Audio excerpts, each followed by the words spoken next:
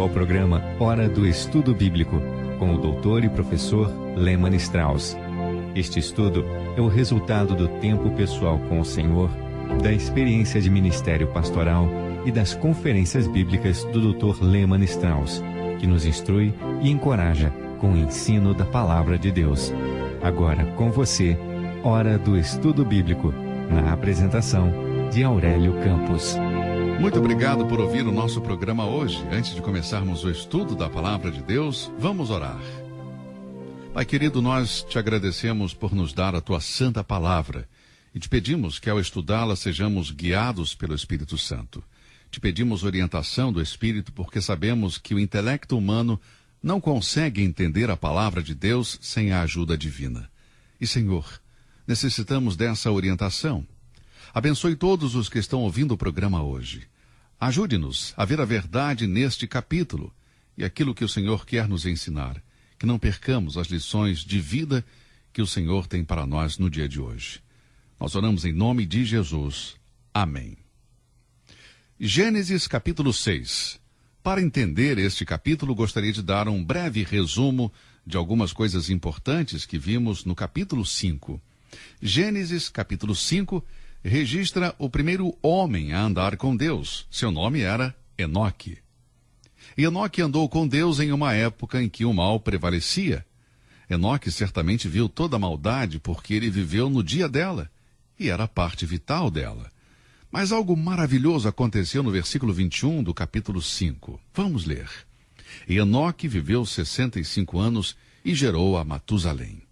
Ou seja, aos 65 anos, ele foi pai. E esse foi o ponto de virada na vida de Enoque, porque Enoque, durante esses 65 anos, viu a direção em que o mundo estava indo e a direção para onde Deus estava levando, o juízo. Portanto, quando Matusalém nasceu, o significado do seu nome foi muito importante. A palavra Matusalém significa sua morte trará. Esse é o significado da palavra Matusalém. E Deus tinha revelado a Enoque que quando este filho morresse, o juízo viria sobre a terra. Portanto, Enoque viu o que Deus faria e sabia que quando seu filho morresse, seria o início do juízo que Deus tinha pronunciado. Vamos por um momento para o livro de Judas, essa pequena epístola que vem antes de Apocalipse. Observe os versículos de 14 a 16. E destes profetizou também Enoque, o sétimo depois de Adão, dizendo: Eis que é vindo o Senhor com milhares de seus santos, para fazer juízo contra todos e condenar dentre eles todos os ímpios, por todas as suas obras de impiedade que impiamente cometeram, e por todas as duras palavras que ímpios pecadores disseram contra ele. Estes são murmuradores, queixosos da sua sorte, andando segundo as suas concupiscências, e cuja boca diz coisas muito arrogantes, admirando as pessoas por causa do interesse. Estes versículos de Judas, alguns acham que é uma profecia, a profecia de um dia futuro em que Enoque vai profetizar a vinda de Jesus. Eu creio e tenho ensinado isso durante anos e ainda creio assim. É uma segunda aplicação do versículo, mas a interpretação principal, creio eu, deve se referir ao tempo em que Enoque viveu. Então o que Judas está dizendo aqui é que quando Enoque vivia, profetizou, pregou, dizendo que Deus iria julgar a geração perversa. Assim, em Judas 14:15, temos o significado primário que se refere ao dilúvio da época de Noé. Agora volte para o capítulo 5 de Gênesis, verso 26. E viveu Matusalém depois que gerou a Lameque 782 anos e gerou filhos e filhas. E foram todos os dias de Matusalém 969 anos e morreu. E viveu Lameque 182 anos e gerou um filho, a quem chamou Noé, dizendo: Este nos consolará acerca de nossas obras e do trabalho de nossas mãos, por causa da terra que o Senhor amaldiçoou. O nome Noé significa conforto ou descanso. Portanto, Enoque sabia que o juízo era iminente, que após a morte de seu filho Matusalém, Deus traria o juízo. Mas Matusalém teve um neto chamado Noé, e Noé traria descanso e conforto para o seu povo neste tempo de juízo.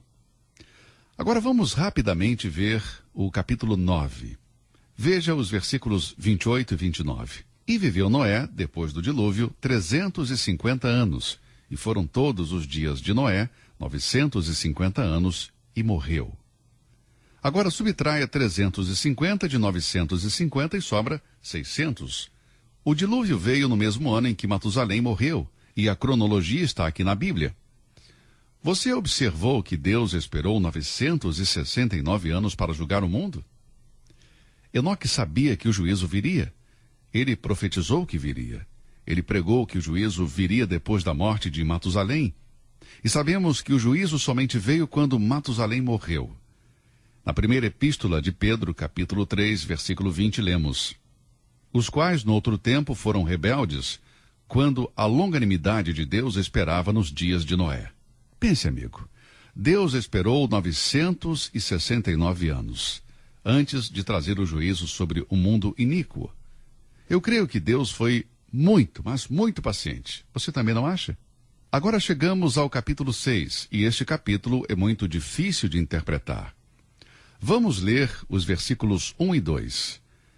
E aconteceu que, como os homens começaram a multiplicar-se sobre a face da terra, e lhes nasceram filhas, viram os filhos de Deus que as filhas dos homens eram formosas, e tomaram para si mulheres de todas as que escolheram. A dificuldade aqui é tentar responder à pergunta: quem são os filhos de Deus e as filhas dos homens?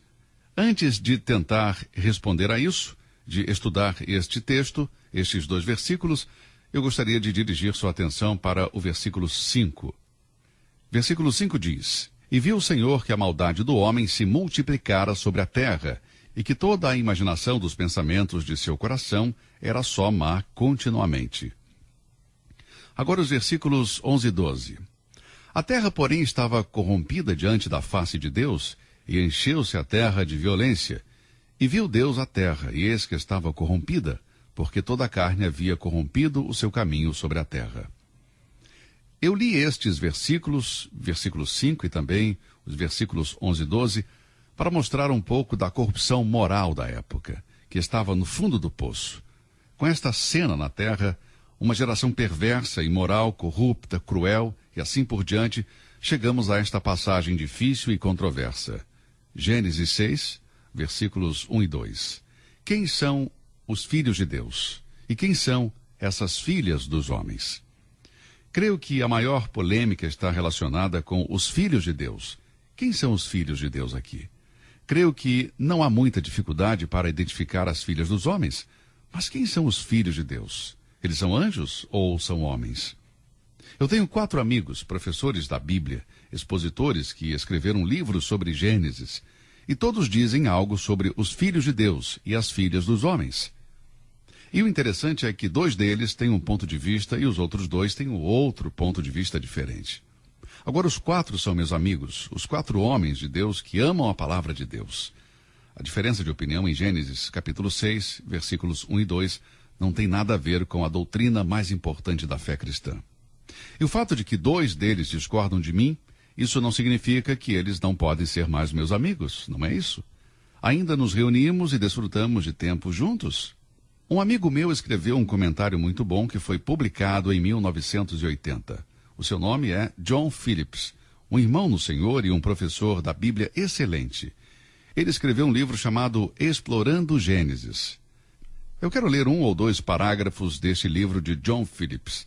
Na página 79 lemos: algo novo e importante deve ter acontecido para que a maldade se acelerasse, como vemos em Gênesis 6. Uma nova dimensão de anarquia se havia injetado na vida diária, que é evidente nesta parte. E aconteceu que, como os homens começaram a multiplicar-se sobre a face da terra, e lhes nasceram filhas, viram os filhos de Deus que as filhas dos homens eram formosas, e tomaram para si mulheres. Agora a palavra homem, evidentemente, refere-se à raça humana, à humanidade em geral. Os filhos de Deus, então, são a geração de Adão. Gênesis 6, 1 e 2 se refere a uma segunda e profunda apostasia dos anjos. Um exército de anjos tinha seguido Lúcifer na rebelião inicial contra Deus. E agora, alguns desses anjos caídos caíram ainda mais, desafiando os limites de Deus, e foram atrás de outra carne, conforme Judas, versículo 7, diz. De acordo com Judas e 2 Pedro, alguns anjos caídos não são livres para andar pelo ar, mas estão presos no Tártaros, um lugar pior que o Hades. Eles estão encarcerados e reservados para o juízo final. Por causa da sua ganância, da sua impureza e fúria, Deus os encarcerou. Isso não é assim com os outros anjos caídos que dominam os principados e as potestades, sob Satanás, seu senhor. Esses anjos caídos duplamente desafiaram a lei do seu ser, não apenas enganando e se relacionando com a raça humana, mas também casando-se. Judas e Pedro comparam o pecado desses anjos caídos ao pecado de Sodoma e Gomorra, o pecado de ir atrás de outra carne.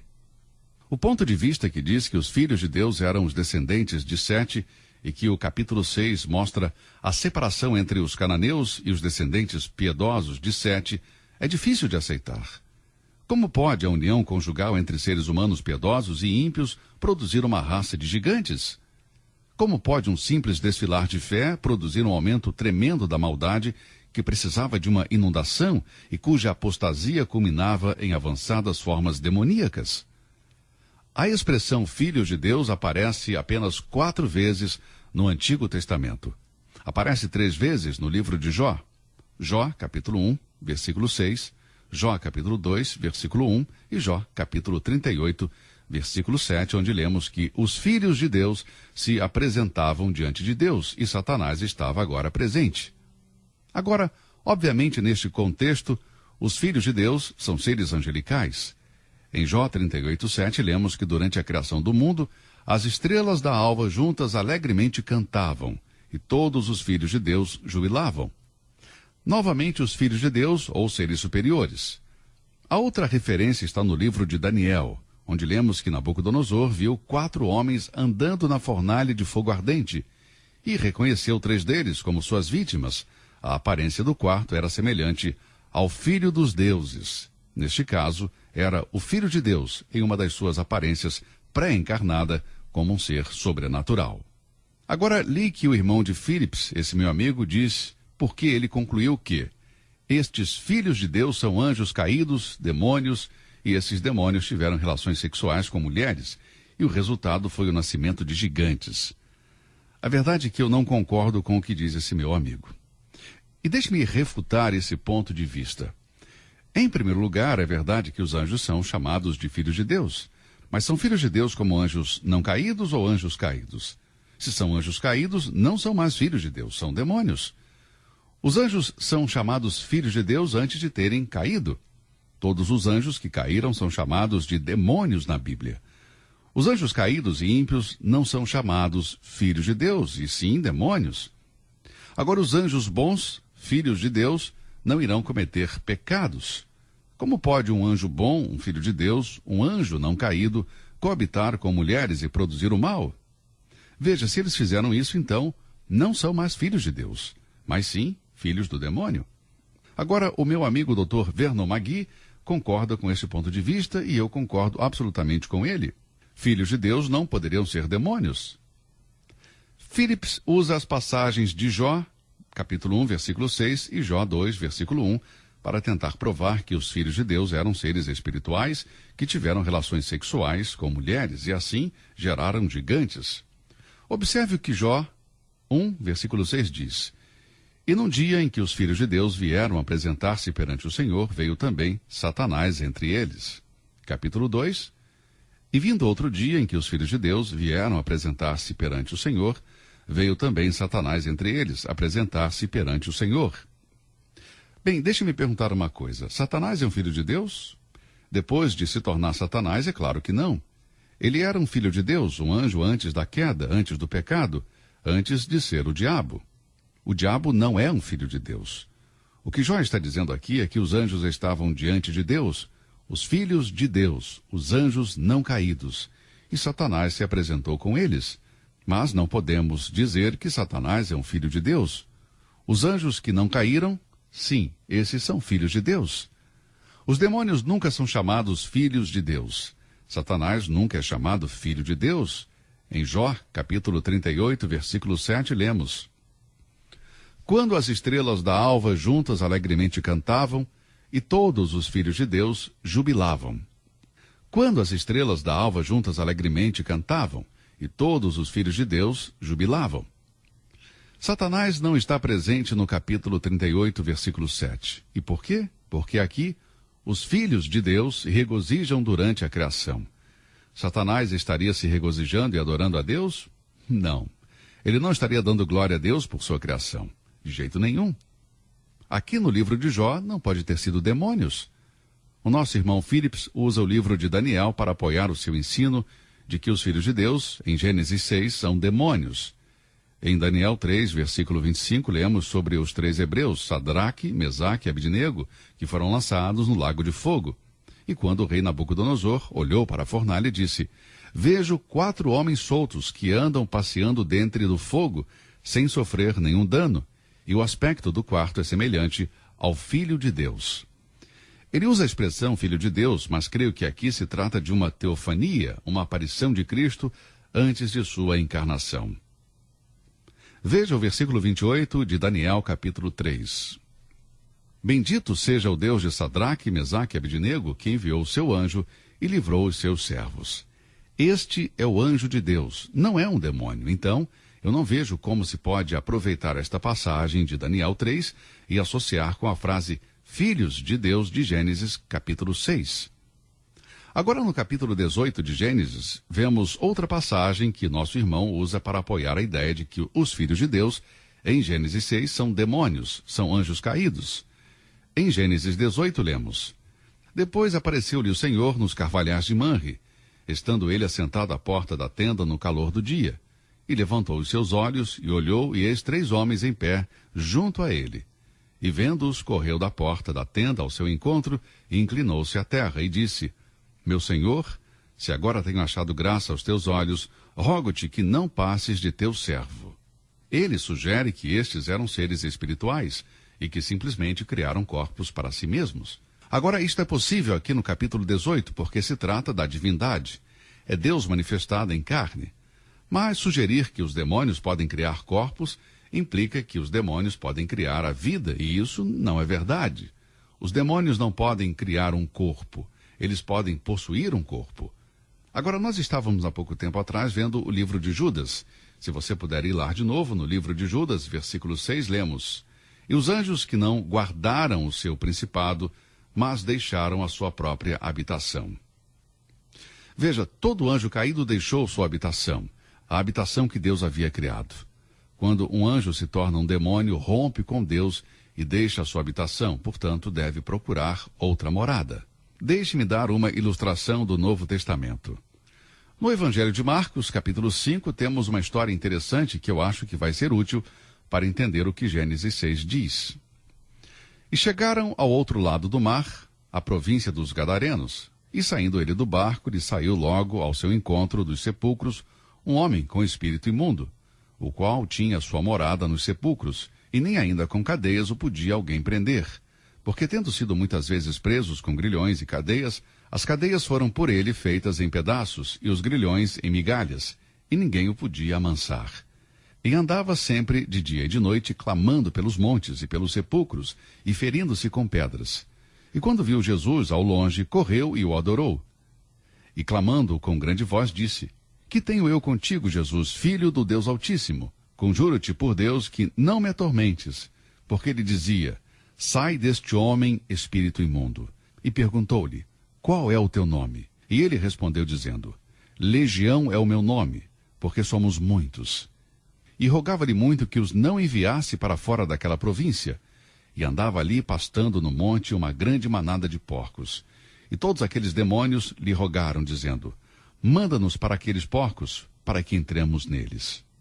Por que pediram para ir para os porcos? Por que abandonaram sua morada, deixaram seu lar original que Deus lhes tinha dado? Portanto, tinham que encontrar um lugar para viver. Marcos 5 está dizendo simplesmente que os demônios escolheram habitar em porcos. Judas diz que eles deixaram sua habitação. E eles não podiam habitar no corpo do homem de Gadara, porque Cristo tinha os expulsado, e eles estavam satisfeitos em ir para os corpos dos porcos. É verdade que os demônios buscam uma morada, mas os demônios não podem criar corpos, não podem ser autores da vida. Então eu não posso aceitar esse ponto de vista que diz que os filhos de Deus eram demônios que tiveram relações sexuais com mulheres. Muito bem, vamos lidar com esta questão em maior profundidade no nosso próximo estudo, porque estamos apenas começando. Teremos pelo menos mais 2 estudos sobre quem eram os filhos de Deus e quem eram as filhas dos homens. Então, se Deus quiser, vamos continuar com este estudo em nosso próximo programa. Que Deus o abençoe e até lá. Você ouviu Hora do Estudo Bíblico com o professor e doutor Lehmann Strauss, na apresentação de Aurélio Campos. Se você deseja ouvir novamente esta mensagem, visite a nossa página na internet www.bbnradio.org. Fica o convite para você nos acompanhar amanhã, neste mesmo horário, aqui na BBN. Hora do Estudo Bíblico é uma produção da BBN.